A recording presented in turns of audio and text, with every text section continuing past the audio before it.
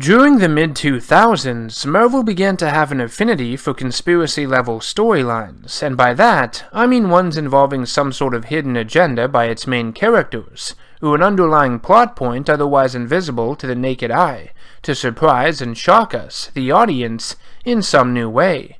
They challenged the histories and continuities of their characters, things we had held true about them for so long. They even went against the standards and norms the genre had established up until that point, providing us with various twists and turns, subverting our expectations in the process. Storylines involving the Illuminati, a group of superheroes posing as hidden overseers or a form of government for the superhuman community, became prominent around this time, inspired by the conspiracy theory of the same name. Civil War, in 2006, pitted superheroes against each other due to a government registration act, and turned one of their most iconic superheroes, Iron Man, into a form of villain. 2009's Dark Reign saw Norman Osborn take over as director of S.H.I.E.L.D. and replace it with his own organization called Hammer. He forms a secret alliance with some of Marvel's greatest villains and establishes the Dark Avengers, supervillains disguised as superheroes. Even recently, in 2017, we had Secret Empire, where Captain America was revealed as a Hydra sleeper agent in order to stealthily make the terrorist organization the leading world power. But today, I wanted to focus on one from 2008, called Secret Invasion, which as its name suggests, told the story of a secret invasion of Earth by the shape-shifting aliens, the Skrull, who had debuted for Marvel Comics as enemies of the Fantastic Four in the early 1960s.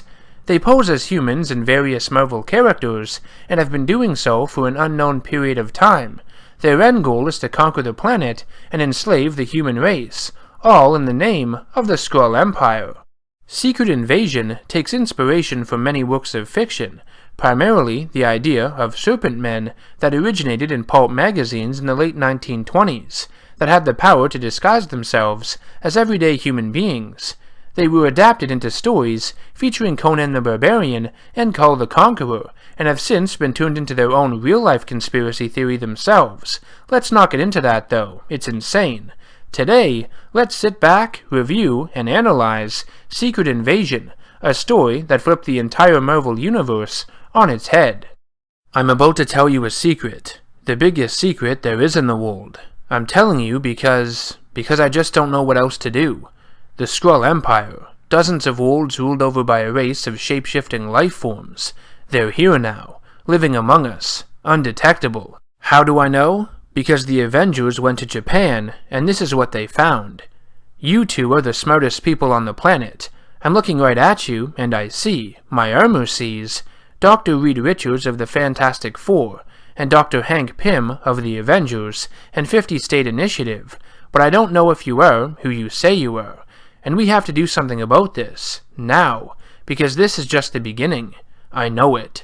We then cut to the peak, the headquarters of the planet's anti-terrorism organization known as SWORD.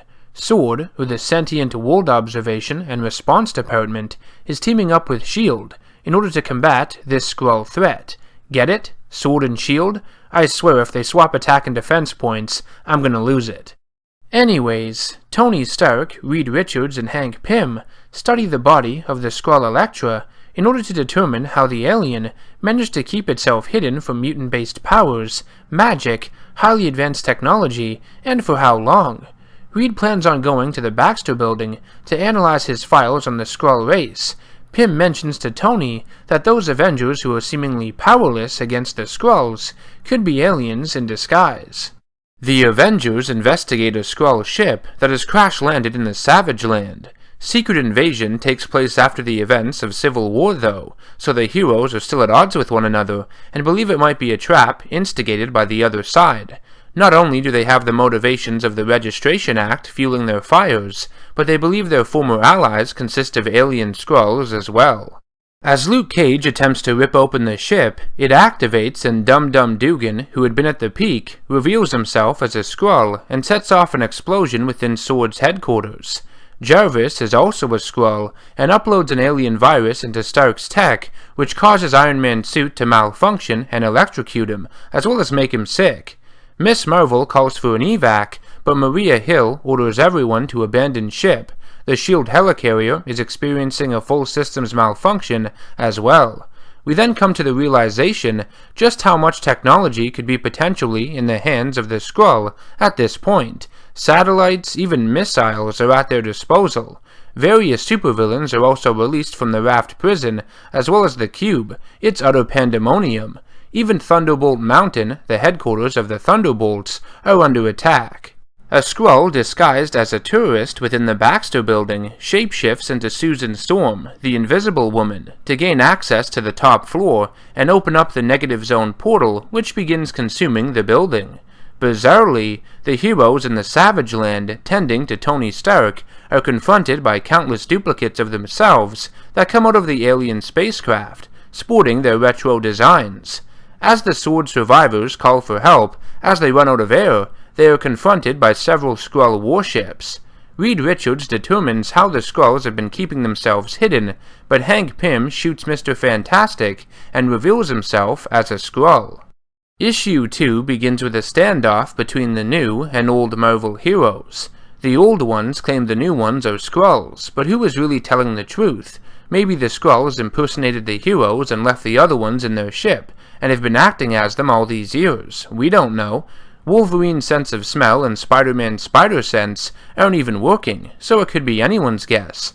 The battle begins and the heroes attack their doppelgangers. Sentry confronts the Vision, and Vision plays mind games on him, transforming into the Void and getting into his head. Miss Marvel flies the injured and sick Tony Stark to safety within the Mutate Citadel laboratory, where he plans on creating a new set of armor. He says he will use something the Skrulls can't imitate, his brain. The battle between the Marvel heroes begins to die down, and we see a dead Skrull Spider-Man crushed by a T-Rex. Remember, it's the Savage Land. Wolverine and Luke Cage explain that the Skrulls here on Earth are on a suicide mission.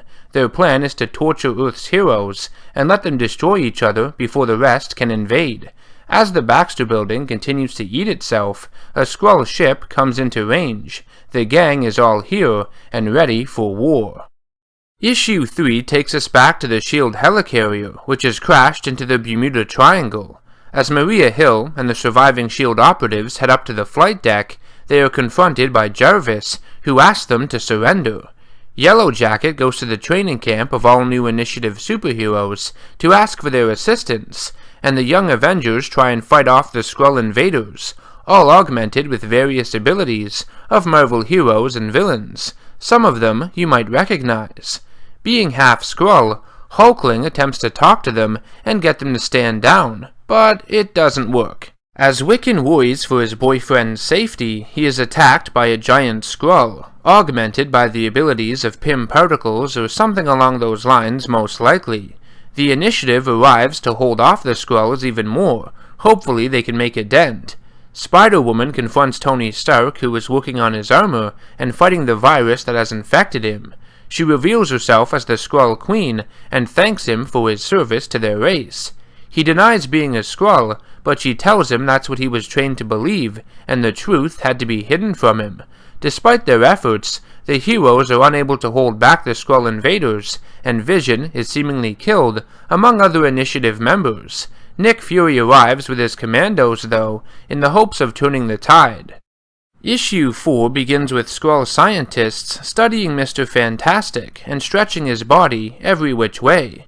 The Skrull Queen continues to conflict with Tony Stark's mind, making him question his very existence, stating the real Tony Stark is long gone.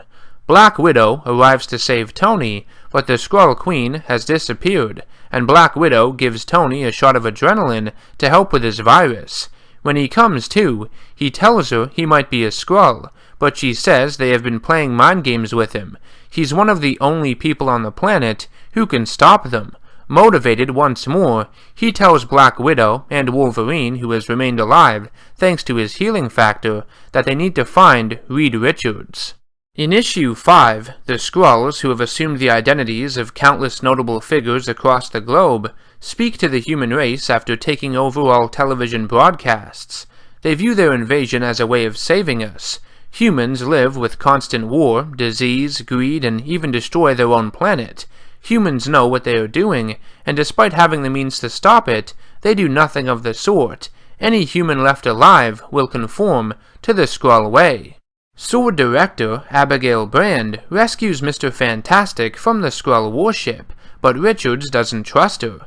He lets her go when she doesn't shapeshift, and explains that they needed him alive for his brain. They couldn't do all this alone.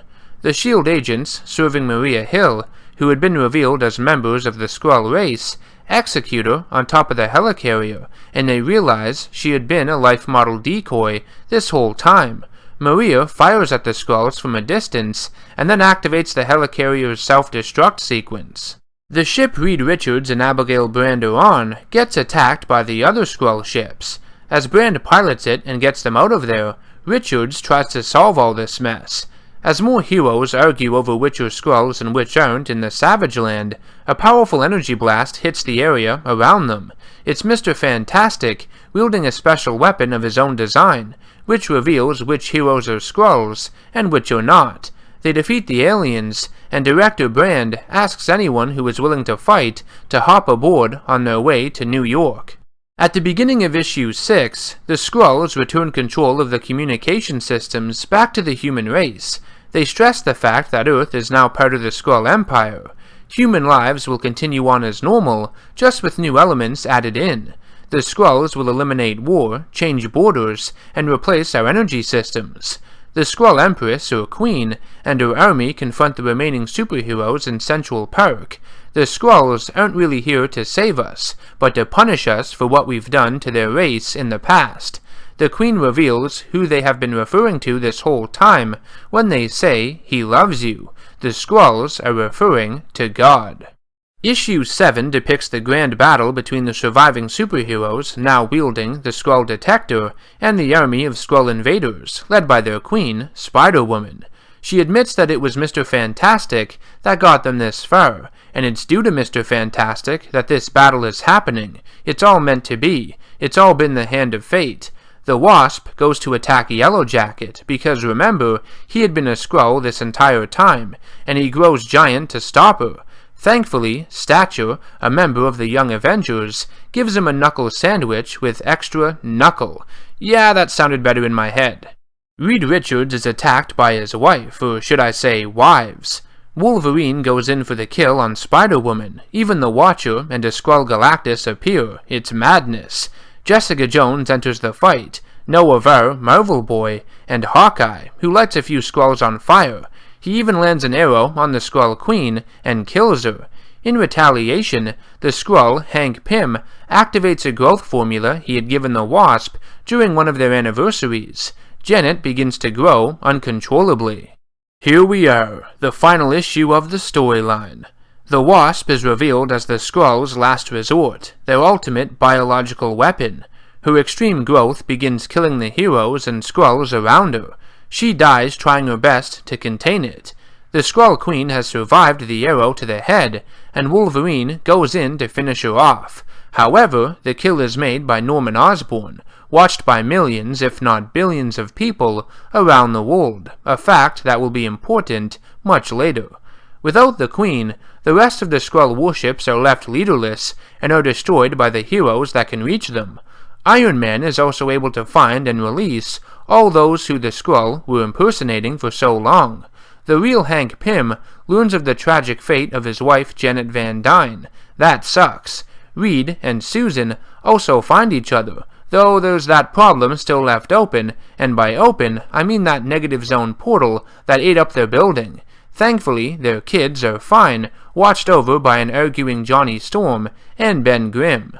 Despite teaming up to fight the Skrull threat, Thor has not forgiven Tony for what he has done. Neither has Captain America. They each go their separate ways. Because Tony Stark failed in protecting the world, the President deems him unfit as the Director of S.H.I.E.L.D. So, he appoints Norman Osborn in charge of everything that falls under the S.H.I.E.L.D., 50 State, Avengers, and Thunderbolts umbrella, to all be reworked into something new, something better. Now, in charge of Avengers Tower, Osborn enters a secret room via elevator. There, he meets with the vilest villains in the Marvel Universe to discuss business, but that is a story for another day. Secret Invasion takes place after the events of the 1971 storyline known as the Kree-Skrull War, its connected spin-offs as well as Civil War from 2006. I think having it take place after Civil War specifically was an ingenious move, because the heroes were already on faulty ground with one another to begin with. The mistrust, deception, and jealousy within their ranks made them easy pickings for a story like this featuring the Skrulls, and I think the whole thing benefited by it as a result. Secret Invasion reminds me of some of the classic sci-fi movies from the 1950s era, like The Invaders from Mars, or The Invasion of the Saucermen, for example. Even more recent films like They Live, Mars Attacks, and video games such as Destroy All Humans ooze this type of storytelling. Alien invaders that look to wipe us out or take over the planet in some way. They all have this idea in common. Even the title and font of Secret Invasion seems to be modeled after the aforementioned works. Secret Invasion got somewhat of a polarized reception when it first came out, and even to this day, I find my fair share of people who like it and dislike it. It's a mixed bag. I myself find it to be a lot of fun, and I think the direction it takes these characters in is very compelling. It keeps you guessing every step of the way. You don't know who is going to turn out to be a Skrull, and who is telling the truth. You maintain your level of investment all throughout. With that said, I have heard some people bring up the fact that Civil War, Secret Invasion, Dark Reign, it was just one big comic event after the other, spanning the entirety of the Marvel Universe, and led to a bit of audience fatigue during that time. I wasn't reading comics on a consistent basis back then, keeping up with every issue as it was released. I mean, hell, I still don't, so I can't speak from experience. I read these 8 issues out of context, separate from everything else, but I can firmly say that you don't necessarily need to have read Civil War to understand what's going on in Secret Invasion. As long as you don't live under a rock and get the basic gist of what Civil War is about, I mean, all you have to do nowadays is go see a movie, you could pick up this storyline and enjoy it, no questions asked. As long as you are somewhat familiar with the Marvel Universe, you shouldn't be confused with any elements of this story. I think some fans might have been upset about the creative decisions made throughout Secret Invasion, like leaving it open-ended for a bit that Iron Man might in fact be a Skrull, that the real Tony Stark might have been dead this whole time. Stuff like this that prods and pokes at established continuities tend to offend certain fans. They feel as though they have been taken advantage of, and that their fandom has been exploited in some way.